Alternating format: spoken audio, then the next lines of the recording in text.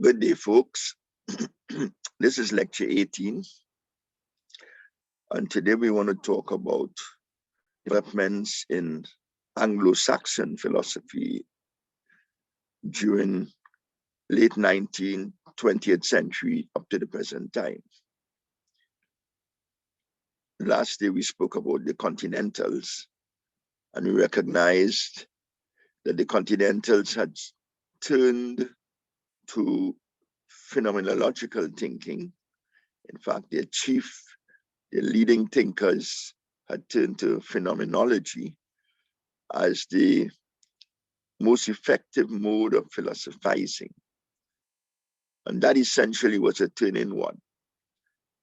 Many of the phenomenologists became existentialist thinkers talking about human existence, but it was a view that was directed to the interiority of the individual, to consciousness.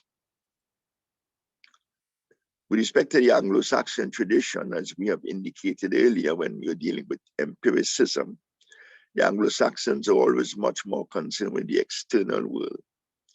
And so the Anglo-Saxon tradition continued that preoccupation with the examination of the external world and the discovery of methods of investigation which were adequate to that undertaking. What we're going to talk about today, therefore, is analytical philosophy. Analytical philosophy is quite a broad term, and it includes very much of the empiricism that had been the traditional philosophical orientation of British thinkers and Anglo-Saxon thinkers generally.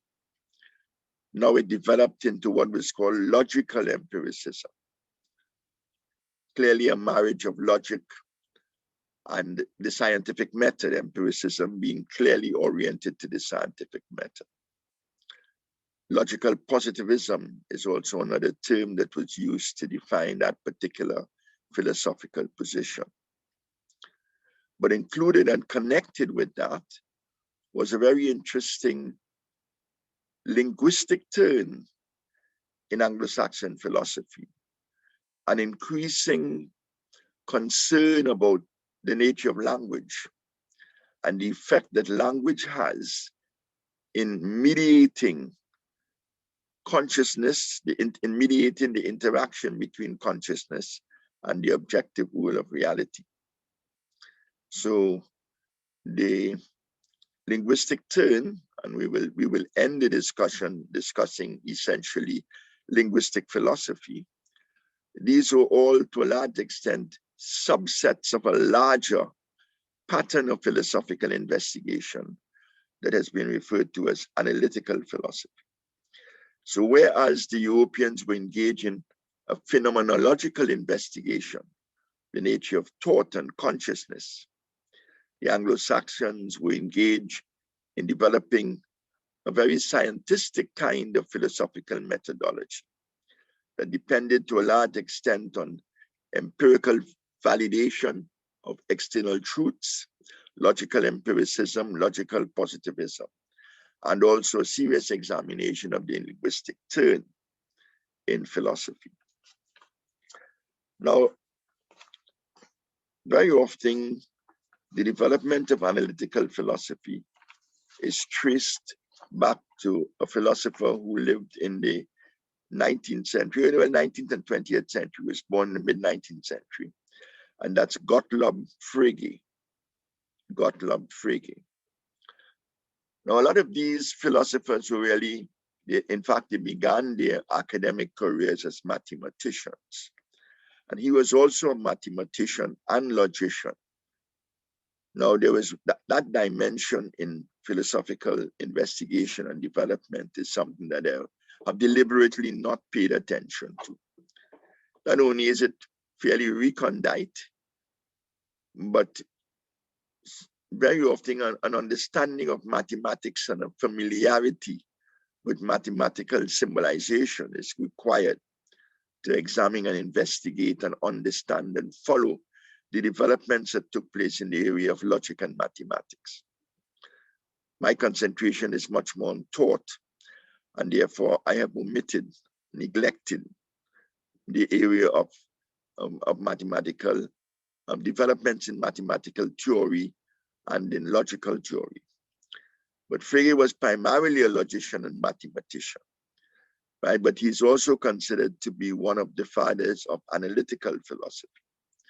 And he made a number of statements, again, based on logic, but having to do with the use of language, which provided philosophers, analytical philosophers, with some very powerful tools in their search to understand language, in their search to identify what were the truths that were discoverable by the human mind.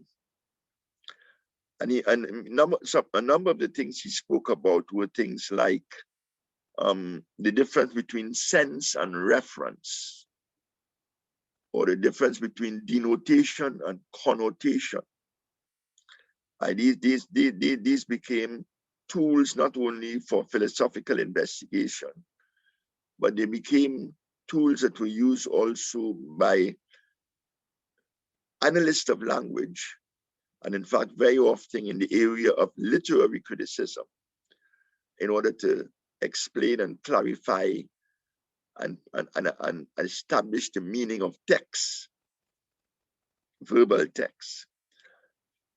And so Frege's contribution, therefore, to analytical philosophy did have implications for linguistic philosophy, right? The logical relation of ideas, very significant.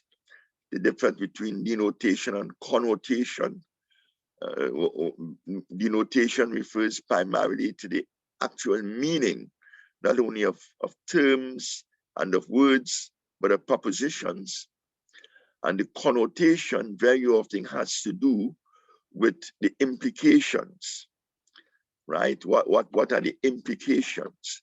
What are the suggestive features of a particular proposition, or a particular item of knowledge, or particular data of impression? So that Frege made a significant contribution in that area. In terms of sense and reference, he pointed out that very often one can identify a radical difference between sense and the reference of a phrase, a text, or a proposition.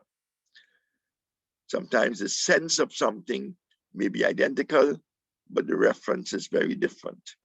And the example he gives actually is the example of the planet Venus, which very often can be referred to as a morning star as well as the evening star. Venus is both the morning star, the last star that rises on a morning just before the sun rises. And it's also the evening star just before the sun sets. It appears in the sky, in the western sky. A number of the ancients didn't know that it was the same planet. But modern astronomy has been able to identify that the morning star and the evening star are identical. But the meanings of the terms are different. The sense of the terms are different. The morning star does not mean the same as the evening star. Morning star is the star that rises in the morning, last star to rise. The evening star is the last star to set, the first star to set in the evening. They have entirely different senses, but they refer to the same object. And another example that can be given in terms of the difference between sense and reference could be in the statement, the father of John is the brother of Henry. The father of John, right, and the brother of Henry are the identical individual, right? They refer to those terms refer to the identical individual. Yet they have radically different meanings. Father of John does not mean the same as the brother of Henry. However, right, they refer to the same object, the same individual. And here is a very good example of that contrast between sense and reference. And it doesn't only apply to terms or nouns or phrases, it also applies to propositions. So Frege made a tremendous contribution to the development of analytical philosophy and also linguistic philosophy. And then there was Bertrand Russell. Bertrand Russell really is a 20th century philosopher. Was born late 19th century, but he is essentially a 20th century philosopher. One of the most outstanding and highly respected philosophers in the Anglo-Saxon tradition, in fact, in the world. He wrote on almost every conceivable subject. Bertrand Russell was belonged to the aristocracy. He was actually a lord, belonged to a family of lords, but he himself was not prepared to accept that sobriquet. He was totally devoted to academia, and he lectured at the University of Cambridge. And we'll see that a number of people actually came across to Cambridge precisely to study with Bertrand Russell. Bertrand Russell had written, together with G.E. Moore, a book called Principia Mathematica. Very significant book, and again, a book devoted to an examination of mathematical philosophy, or the philosophy of mathematics. What the Frege and Russell were doing actually was that they were unifying logic and mathematics.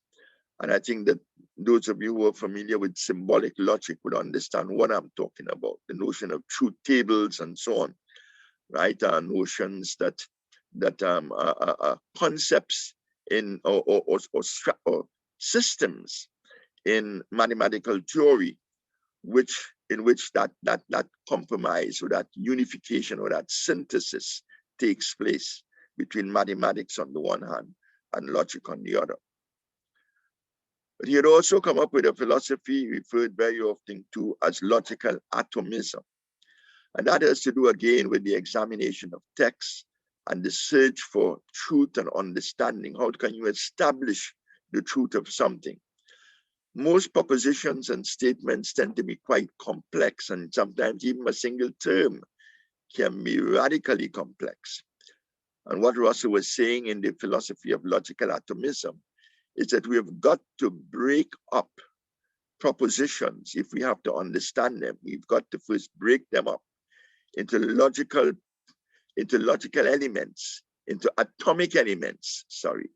We've got to break it up into atomic elements, into the most basic structures of thought and the simplest structures of thought. And when we have been able to establish with clarity precisely what their meanings and their connotations are, then we can now begin from there to construct more complex truths. So Russell's logical atomism was a new strategy or approach in what they developed in analytical philosophy in order to investigate philosophical problematics. And then there was this theory of descriptions, right? This theory of definite descriptions, or his theory of descriptions, in which he also is using the atomistic method of breaking up a particular proposition, a complex body of ideas, into individual units, so that with understanding each unit independently, we can reconstruct the truth, right, as it stands in the proposition. So Bertrand Russell played a very important part in the development of analytical philosophy and became the mentor of a number of very significant philosophers later on. Now, very closely connected with what was happening in England here at Cambridge with Moore and Russell and others, an interesting development took place in Germany at the University of Vienna. And that development was the coming together for discussion of a number of German or Austrian philosophers, right, at the University of Vienna in the 1920s to discuss the status of philosophical inquiry. These were men, again, who were coming primarily from the field of mathematics and logic and so on, and who very often were scientists themselves. And they were advancing the scientific method as a method that ought to be adopted in philosophical inquiry and philosophical discourse. The They came to be called the Vienna Circle. In the 1920s, they met continuously, frequently at the University of Vienna and engaged in very, very scintillating discussions on the way forward for philosophy.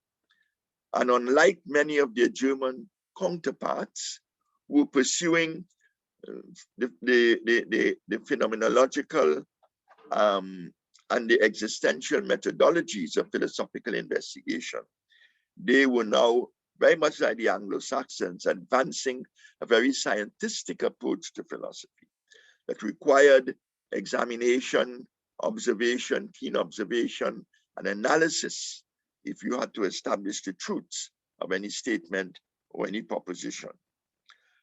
And these included people like Moritz Slick and Ernest Mach and Rudolf Carnap. Carnap is perhaps the most popular in the group. He would have done a significant amount of writing. And what they were arguing, right, was that truths are not to be private and subjective, right? Subjectivity, this subjective truth or private truth is not something of any interest to other persons. It's only of interest to the self. But truths must be a public affair. There must be some kind of public consensus or public agreement as to what constitutes truth.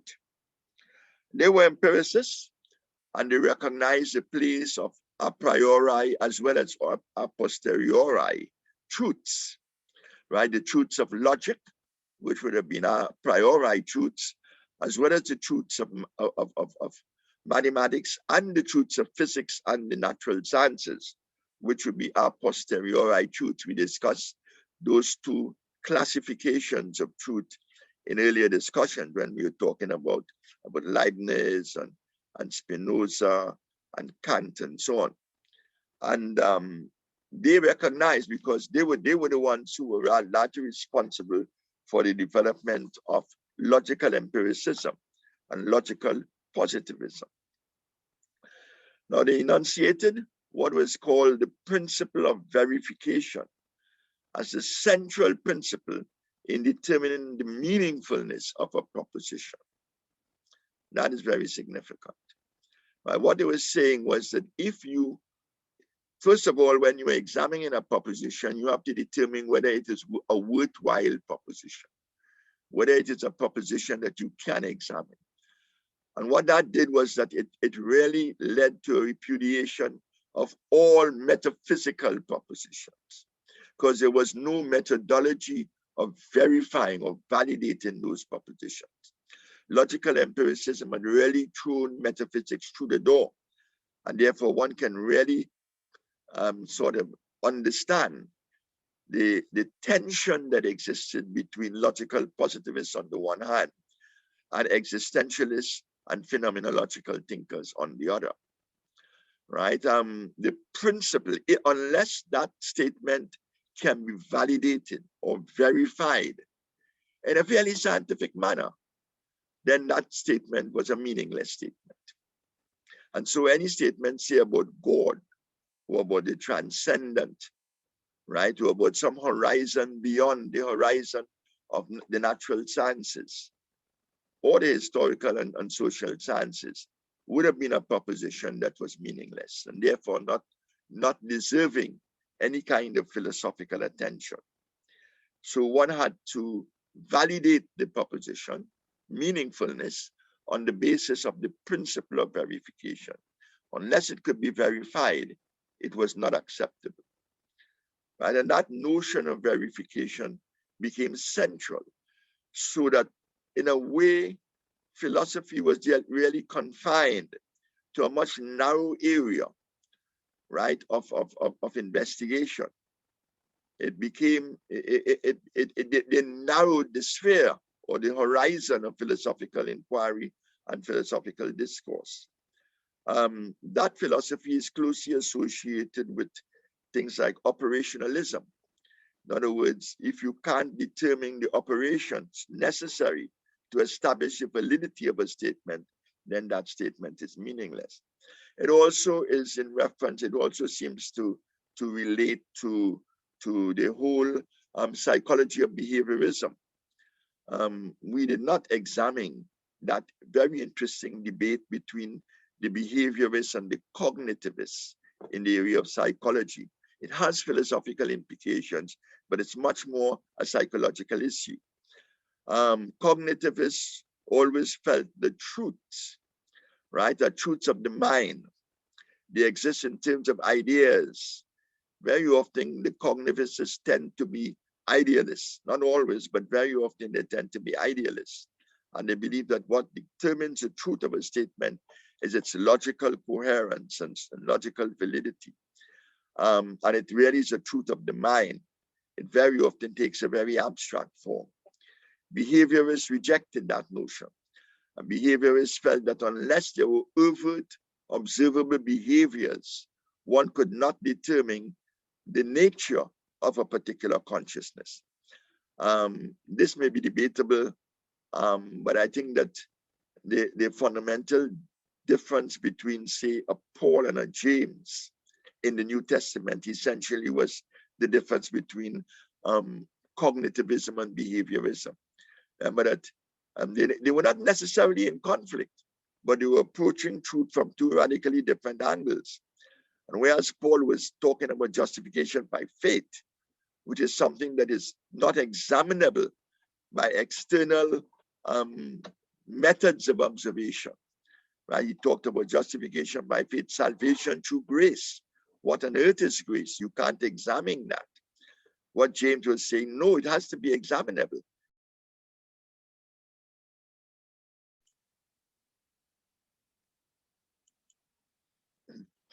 Yes, James was saying that works is what justifies because we can observe it, we can see it, right?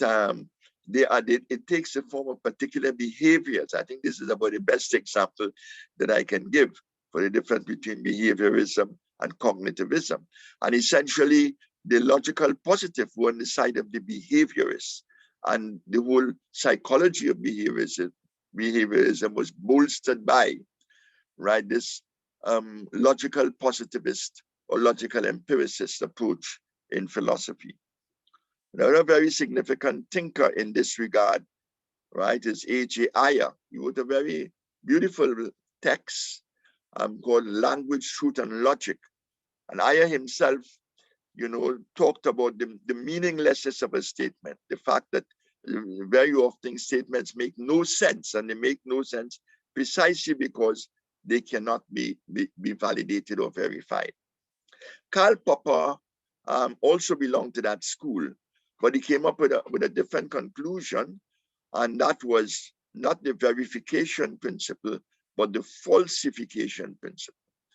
And what Popper was saying was that there is something inherently problematic about the methodology of verification, because it really and truly you can't, you will have to depend on an infinite range of evidences in order to verify something. What you ought to use, what is more manageable, what is really within the finite grasp of human mind and human investigation, is falsification. All swans are white, right? If you take the statement, all swans are white, how can you validate that? You'll have to look throughout the world for all swans.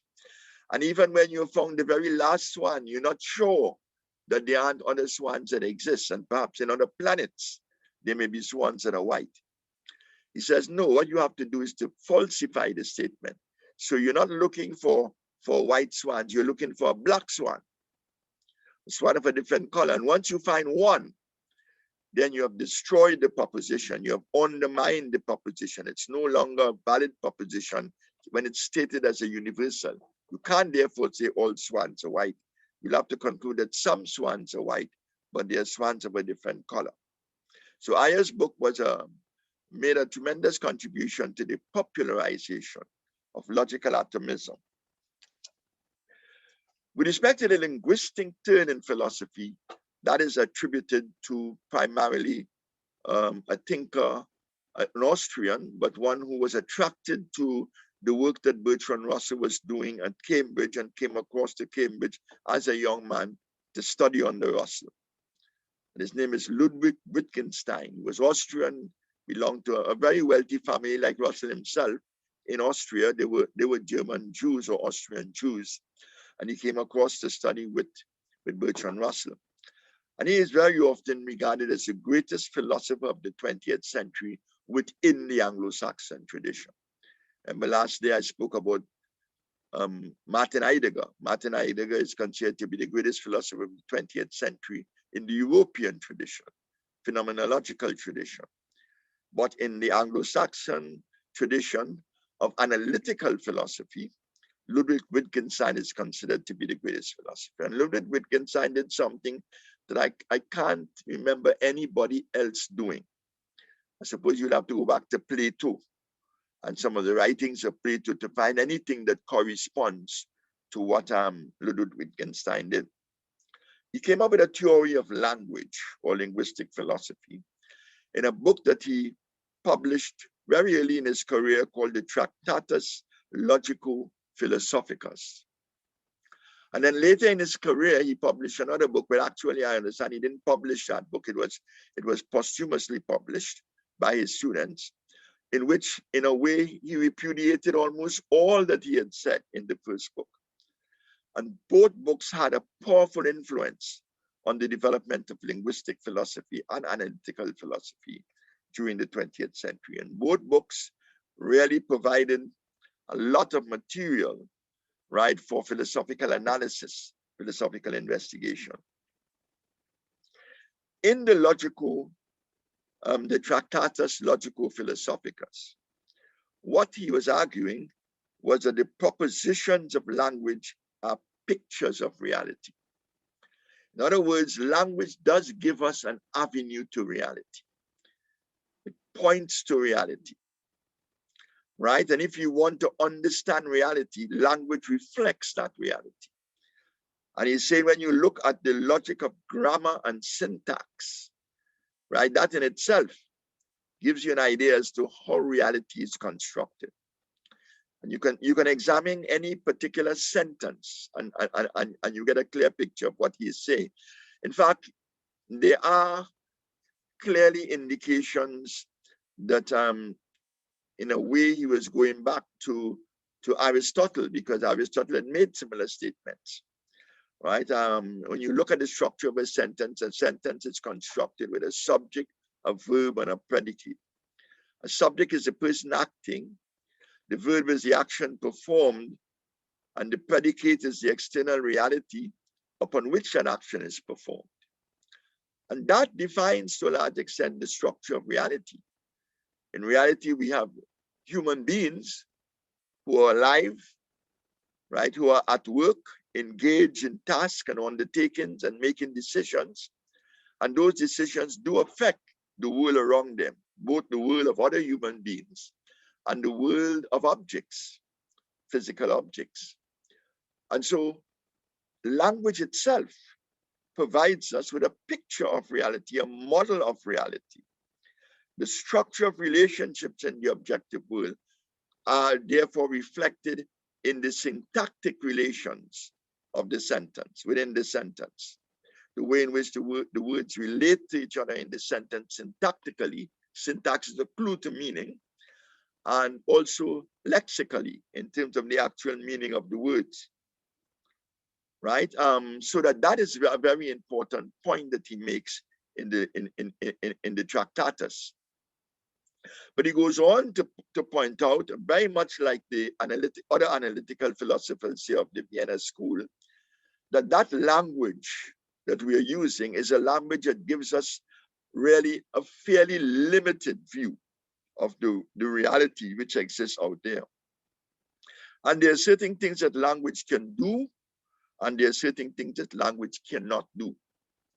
In the first case, he makes a number of very famous statements in it. For example, one of the statements that he makes is, the limits of my language are the limits of my world.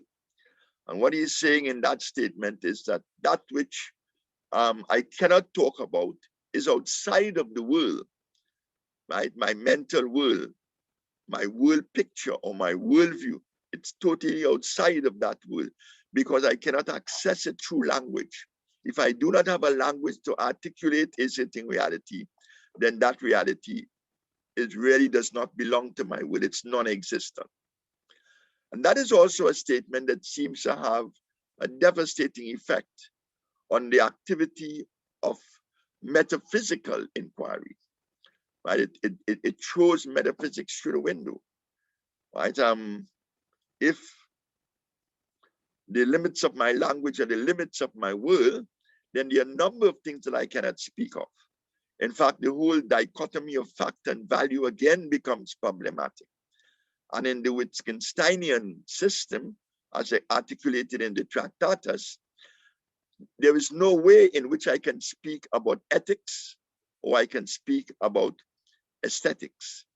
They are outside the realm, right? That realm of meaning.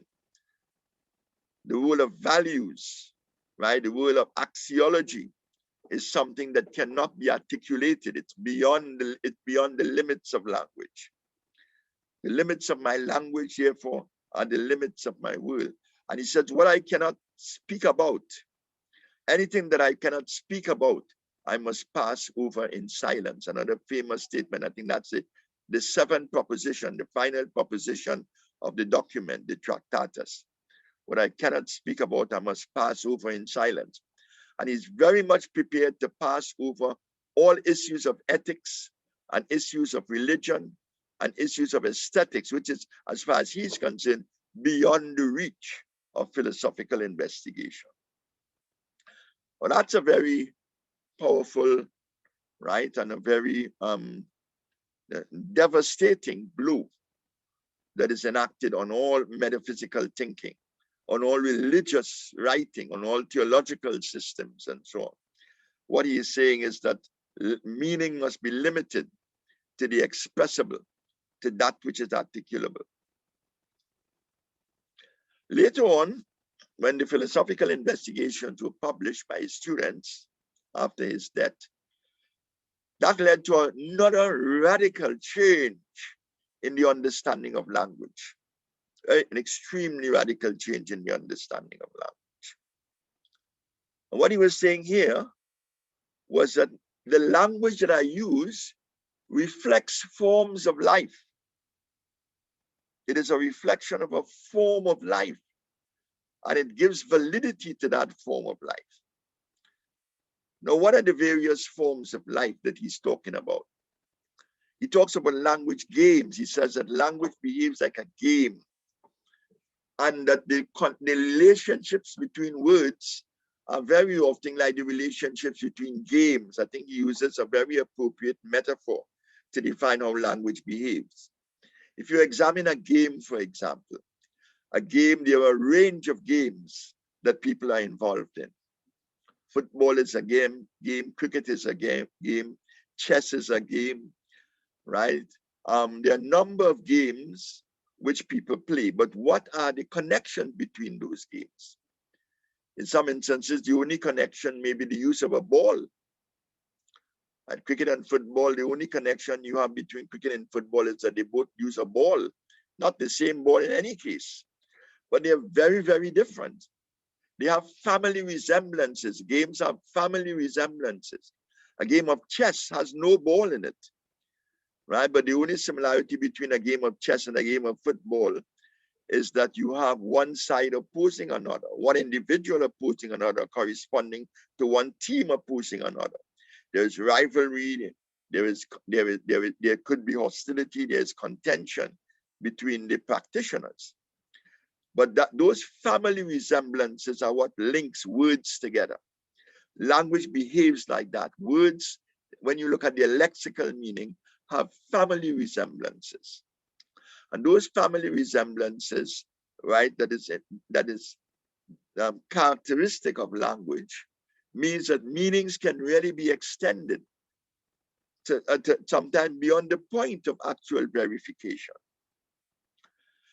And the language games that we engage in a range of language games. Those language games reflect forms of life, right? A number of different forms of life. And those forms of life have a validity in themselves. And he identifies many of the various language games that people play. which are reflective of different forms of life. It says reporting an event is a language game. Forming or testing a hypothesis involves a language game. Recounting a story involves a language game.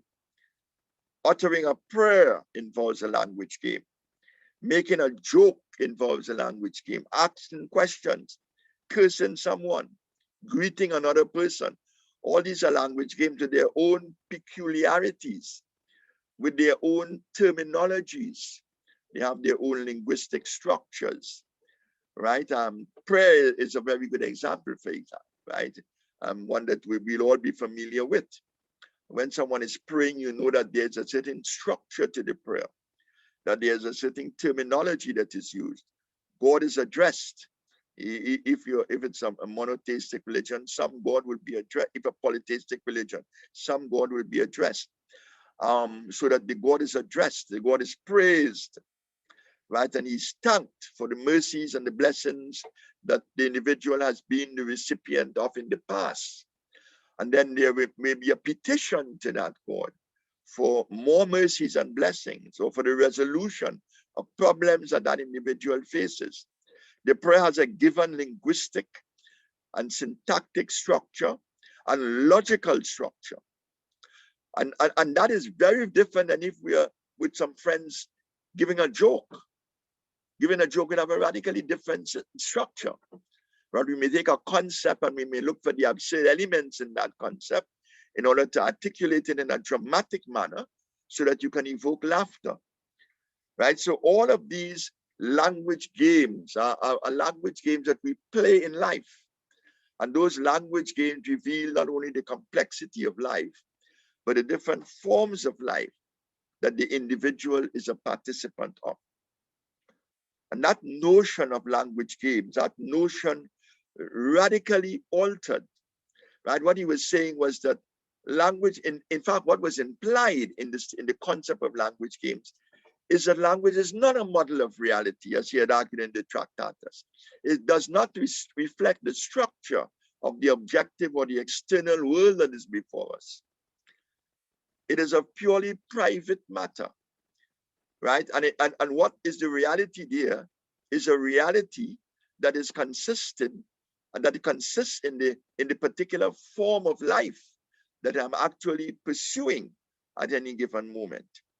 And that sounds very similar to philosophies like Kierkegaard's, right? And some of the existentialists. And in fact, what he had done was that he had now provided a tremendous amount of grist to those who were still involved in metaphysical thinking, those who were still involved in theological thinking. In fact, the second document, the Philosophical Investigators, gave a new kind of life to theological writing and to theological thinking, a new kind of validity to theology, so that whereas the Tractatus dismissed all metaphysical systems, and that included theological systems, the Philosophical Investigations gave a tremendous support to it. And what people began now to talk about God talk, right? Theologians began to talk about God talk and the peculiarities of God talk and the validity of God talk, because God talk reflected a real mode of life, a form of life that people pursue in this world. So the second document of Ludwig Wittgenstein was certainly a very important document. A number of other writers contributed significantly to the whole area of 20th century linguistic philosophy. There was J.L. Austin and John Searle. John Searle is still alive, and you can, he has there are a number of YouTube presentations of John Searle. It would be very interesting to look for some of them. And Austin came up with what is called speech act theory, in which he argued that speech is a form of action. Very often we do not associate speech with action. Speech is one category of human behavior, and action is another category of human behavior. But in this text, a very important text called How to Do Things with Words, and Austin's How to Do Things with Words, fuse the concept of speech and action, and indicated that very often we can affect the world, we can influence the world by our speech. We can change people's behaviors and responses and actions by the things we say. If we are engaged in a discussion and I insult you, you will naturally walk away from the discussion. That behavior that you will engage in is the result not of something that I did you. It was not the result of a fisticuff or a push. It was the result of a word, so that words can change and affect reality in so many different ways. And so speech act theory came to be very popular among people who were involved in linguistics, and certainly in the area of literary criticism, literary analysis. There are three modes of statements, three kinds of statements that Austin describes. He talks about the locutionary statement, the illocutionary statement, and the perlocutionary statement. Now, the first illocutionary statement is merely a descriptive statement, or what he calls a constative statement. It describes the nature of the world in which we live. It describes the nature of my reality or the external reality that confronts me. But with the illocutionary statement, that is a statement that seeks to impact. It does not only seek to describe, but it seeks to influence the listener, right? Could you bring me a piece of bread, right? It's not just a description of anything. It's an illocutionary statement that seeks to affect the responses, the performance, or the behavior of the individual. So speech act theory and its illocutionary, perlocutionary statements also are statements that are intended to affect behaviors and have an imprint on behaviors, significantly affect them. And a lot of the thinking of the linguistic philosophers, therefore, perceive language as essentially identical with our understanding of reality. In fact, they were seeing language as shaping our reality. Our understanding of the world really ultimately depends on the language that we are using and the way in which that language shapes the world.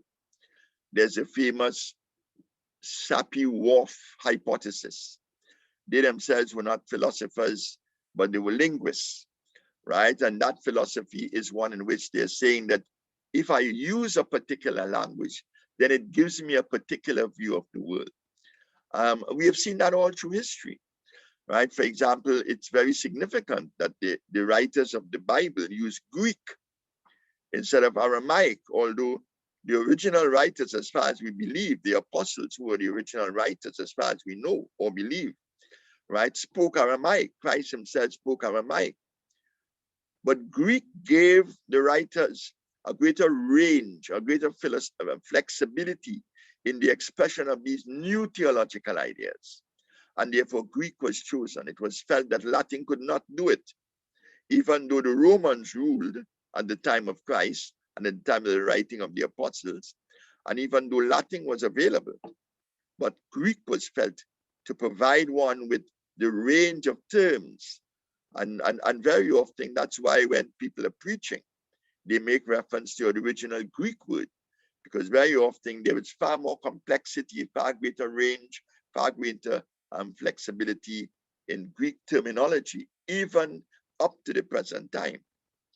Right now, one believes that German, and the Germans have argued that German is a language of philosophy. The French, since Descartes, felt that French was a language of philosophy because of its clarity of ideas, right? In terms of the Germans, their language is a very complex language. It's a heavy Anglo-Saxon, right? Consonantal kind of language in which terms are unified. You can make a number of neologisms with the German language and create new terminologies, very complex. And that's why I suppose German writers are so difficult to understand, like Hegel and Kant and so on. With the French, the Cartesian system insisted on the clarity of the French language and the fact that you can really grasp truth and understand the nature of things much better if you use the French language. It facilitates that.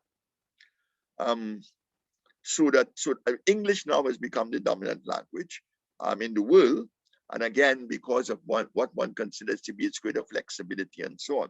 It also has to do with the power of the British Empire and the fact that perhaps the greatest empire the world has ever seen is the British Empire. And it ruled so many nations that English became the lingua franca of most people.